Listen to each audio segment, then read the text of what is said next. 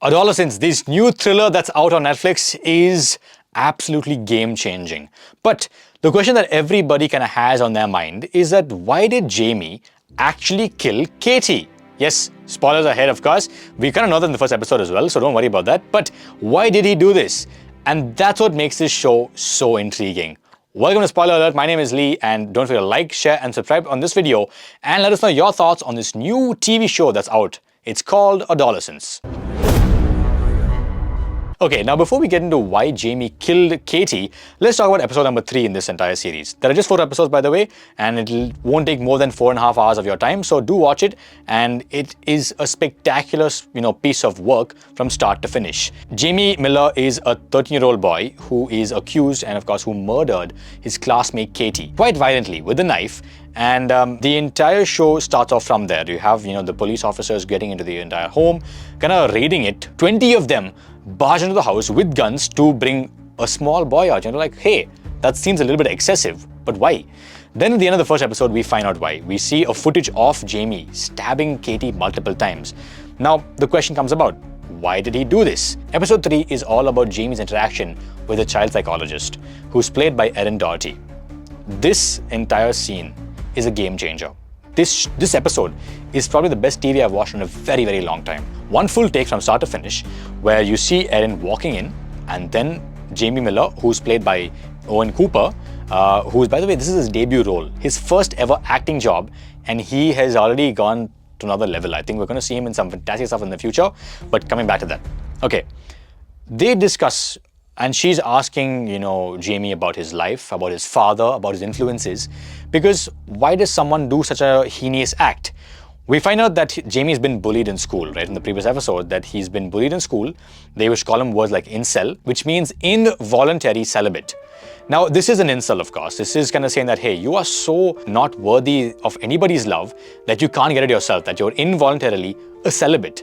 And not only that, he was being cyberbullied as well by Katie and her friends as well. In the corridors, he was stripped, he was pushed. It's an extreme step to take, right? From being bullied to murder. As the discussion goes on, she finds out more about his life and how he's influenced by his father, how his father's kind of an angry man once in a while. He tore down a shed.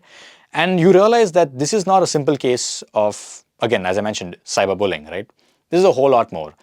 It's the kind of content you consume. Not only that, as they keep discussing, we find out more about Jamie's thoughts on women, his thoughts on social media, and as a young boy, his thoughts on sex. Yes, Erin Doherty, who plays the psychologist, is taken aback when Jamie flips once in a while. Now, Jamie, he's getting angry. The reason why he's getting angry is because he feels helpless. He's completely helpless in this juvenile home. He believes he shouldn't be there, but he knows he has to be there. So as he keeps talking, he loses his cool. And those scenes, by the way, are bone-chilling. To see Owen Cooper get up and actually yell at, the psychologist and get angry again, I'm like, I hope he doesn't have a knife there, because I feel like he's going to kill somebody again. One more aspect they dive into is social media. The underbelly of social media, right? A lot of us, of course, when we scroll through Instagram, we see different videos of different things popping up, and they are degrading at times. You're just like, hey, why am I getting this on my feed? I don't want this. But imagine that you're not, 25 years old. You're not 30 years old. You are a young boy who has access to this, right? And you scroll and you scroll and you're sucked into it because you're young. You have easy access to this content. What does that do to a mind of a young child? This show answers all those questions. What does it do? How does a young child's mind affected by this type of content? Is that propaganda or not? And it really makes you think. The answer is not as simple as he was bullied and he killed somebody. It's not as easy as that. In fact, this show actually asks you one simple question. Who do you blame for this young, absorbent mind's tantrum almost? Who do you blame? Do you blame his parents? Do you blame the school? Do you blame the girl who bullied him? Do you blame his friends? Do you blame him? These questions I can't answer for you, nor do I want an answer from you, but just think about it. And watch this show with an open mind once again, and let me know your thoughts in the comments below.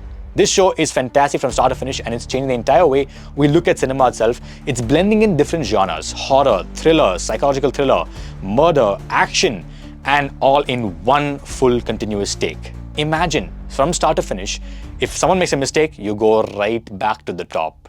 You can't be like, cut, let's take that again. you take it from the top all over again, the entire choreography. So as they were discussing this, because they mentioned, Stephen Graham, that they first wrote the entire thing. And once they wrote it, they also discussed the choreography of how they should move, where they should go, who should be where. So it's like a play, like a 4-hour long play that you have to watch and get through. And believe me, it'll break you, but it's totally worth it being broken for this show. I'll see you later. This is Spoiler Alert. And of course, for more, like, share, and subscribe, and comment below as well. Catch you later on the next episode of Spoiler Alert. 94.3 Radio 1.